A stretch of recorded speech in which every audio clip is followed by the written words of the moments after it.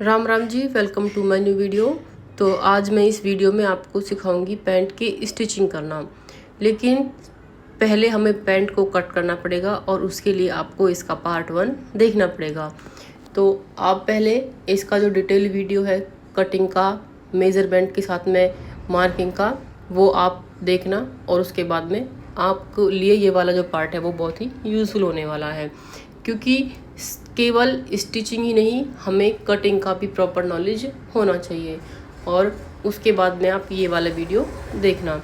तो मैंने पहले प्रॉपर मेज़रमेंट के साथ में इस पैंट को मार्क किया और उसके बाद में इसको कट कर लिया। और इसको मैंने बिल्कुल जो फिटिंग वाली पैंट होती है उस तरह की इसकी मार्किंग मैंने यहाँ पे कर रखी है। तो उसके बाद हम इसको स्टिच करना शुरू करेंगे। तो पहले जो हमारा क्रॉच एरिया है, आसन वाला जो एरिया है, ये फ्रंट वाला पार्ट है। पहले मैं इस पे यहाँ पे अच्छे से सिलाई लगा लूँगी और पहले फ्रंट वाले पे लगाऊंगी और उसके बाद में बैक वाले पे लगाऊंगी। और मैं आपको यहाँ पे छोटी छोटी जो बातें हैं वो आज मैं यहाँ पे भी आपको फिर से बताऊंगी, जो मैंने पहले वाले पार्ट में बताई थी। कि जो क्रॉच एरिया है वो जो स्मॉल साइज़ होता है उसके लिए करते हैं हम 1.5 इंच पे मार्क, और जो मीडियम होता है उस पे करते हैं 2 इंच पे, और जो लार्ज साइज़ होता है उस पे हम करते हैं 2.5 इंच पे। तो यहाँ पे जो मैं पैंट सिल रही हूँ ये मीडियम साइज़ की है, और इसके लिए जो मैंने क्रॉच एरिया पे मार्क किया है वो 2 इंच पे किया है। और आप इसको अगर डिटेल में जानना चाहते हैं तो पहले वाला पार्ट देख सकते हैं।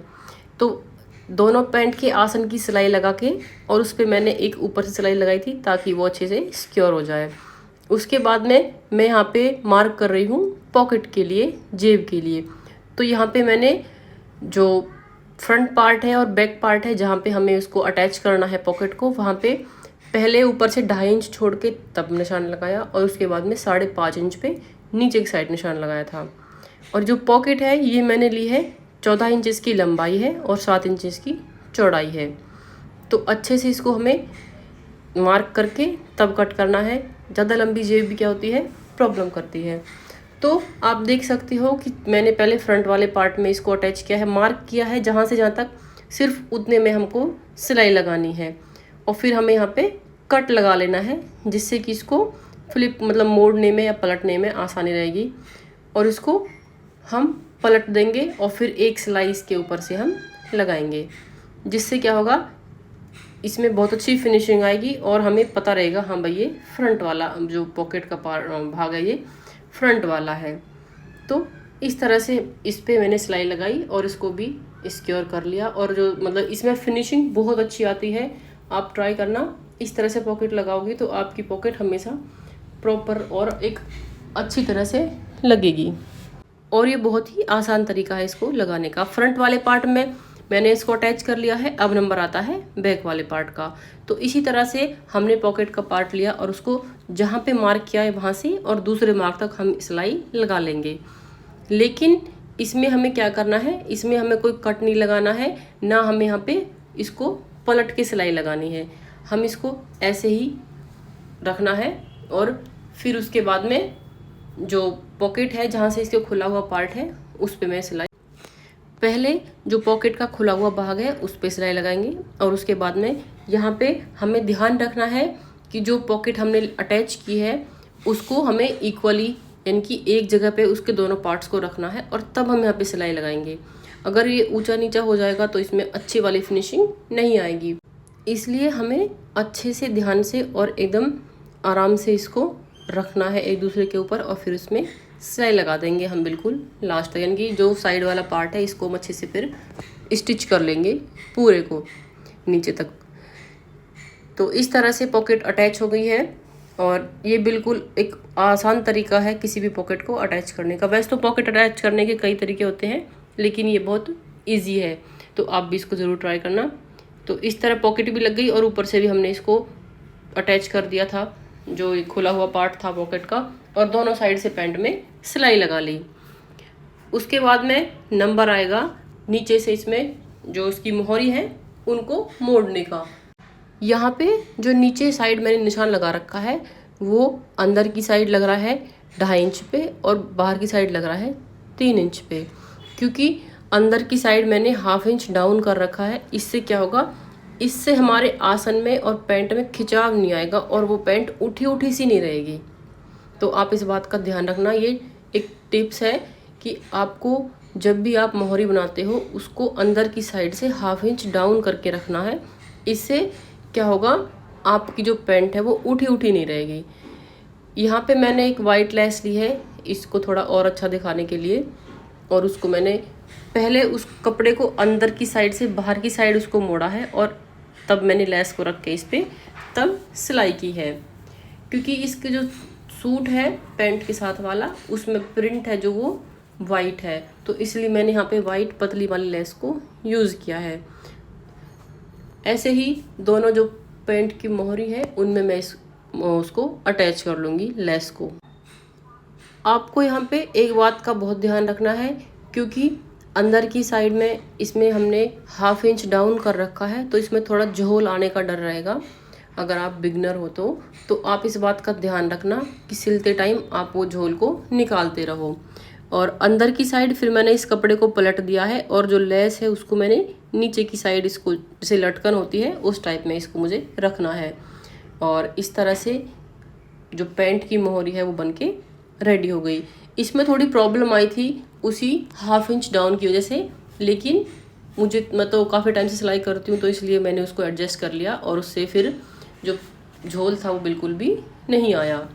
लेकिन आपको क्या करना है, अगर आपसे झोल वो मिट नहीं रहा है तो आपको प्रेस भी आप यूज़ करना है यहाँ पे, क्योंकि कई बार झोल होता है वो प्रेस करने से निकल जाता है। तो इस तरह से मोहरी बनके हो गई है रेडी। और उसके बाद नंबर आता है हमें इसके पूरी पैंट को मतलब ऊपर सिलाई लगाने का। तो यहाँ पे मैंने निशान लगाया था 8 इंच पे जब मैंने पैंट को कट किया था, तो मैंने यहाँ पे मोहरी को 8 इंच का रखा है और इस तरह से इसके सिलाई लगा दी। और कोशिश करना कि आप, जैसे हम डबल सिलाई लगाते हैं पैंट में, लेकिन हमें आसन में क्या करना है, आसन में हमें 3 से 4 सिलाई लगानी है आसन वाले एरिया पे, जिससे कि क्या होगा, सिलाई उधड़ेगी नहीं, निकलेगी नहीं, और एक हमें थोड़ा कंफर्टेबल हम रहेंगे कि हमारी पैंट है वो सिक्योर है। और जब मैं पैंट में सिलाई लगाती हूँ तो जहाँ मोहरी होती है उस साइड से और आसन की साइड लगाती हूँ। पहली बात तो इतने अच्छे मेजरमेंट से हमने इसको कट किया है, झोल आएगा नहीं। अगर थोड़ा बहुत झोल होगा तो हम उसको एडजस्ट कर लेंगे। तो इस तरह से जो आसन वाला एरिया होता है इसमें फिनिशिंग बहुत अच्छी आती है। अब नंबर आता है इसमें जो ऊपर लास्टिक होती है, नेफा होता है, वो लगाने का। तो यहाँ पे मैंने एक्स्ट्रा फैब्रिक नहीं लिया था, जैसा कि हम ले सकते हैं, मैंने आपको फर्स्ट पार्ट में बता रखा है। इसलिए मैंने यहाँ पे अलग से 2.5 इंच का कपड़ा लिया और उसमें से यहाँ पे नेफा लगाया था। मैंने दूसरे कलर का लिया था क्योंकि मुझे जो बचा हुआ कपड़ा है उससे एक अलग ड्रेस बनानी है, सूट बनाना है, इसलिए तो उसको अटैच कर लिया। और आप देख सकते हो जो हमारा नेफा है वो मैं बना रही हूँ अभी यहाँ पे। आप अब इसको अपनी इलास्टिक के अकॉर्डिंग पतला या चौड़ा कर सकते हो। तो यहाँ पे 36 इंच की जो हिप्स है उसके लिए हमें 28 इंच की मैंने इलास्टिक ली है और पिन की हेल्प से उसको उसमें डाल लिया। पहले मैं इसमें पिन से इनको अटैच करके, और इसमें अगर बीच में कोई झोल होगा तो वो निकाल लेंगे, क्योंकि कई बार होता है कि वो इलास्टिक होती है वो पलट जाती है। अगर आप चाहो तो आप इसमें फ्रंट साइड में आप इसमें जो वो बुकरम होती है या फिर वो पेस्टिंग होती है उससे भी लगा सकते हो। सिर्फ बैक वाले में आप इससे इलास्टिक डाल सकते हो, लेकिन मेरे को वो कंफर्टेबल नहीं लगता, इसलिए मैंने इसमें सारे में इलास्टिक डाली है। और जो फ्रंट वाली प्लीट्स है मैंने आपको बताया होगा, उनको भी आप डाल सकते हो अगर आपको बिल्कुल फिटिंग वाली पैंट चाहिए तो, लेकिन मैंने इनको नहीं डाला है। और इस तरह से मैंने फिर इसमें इलास्टिक को अटैच करके और इसमें सिलाई ऊपर से लगा दी है।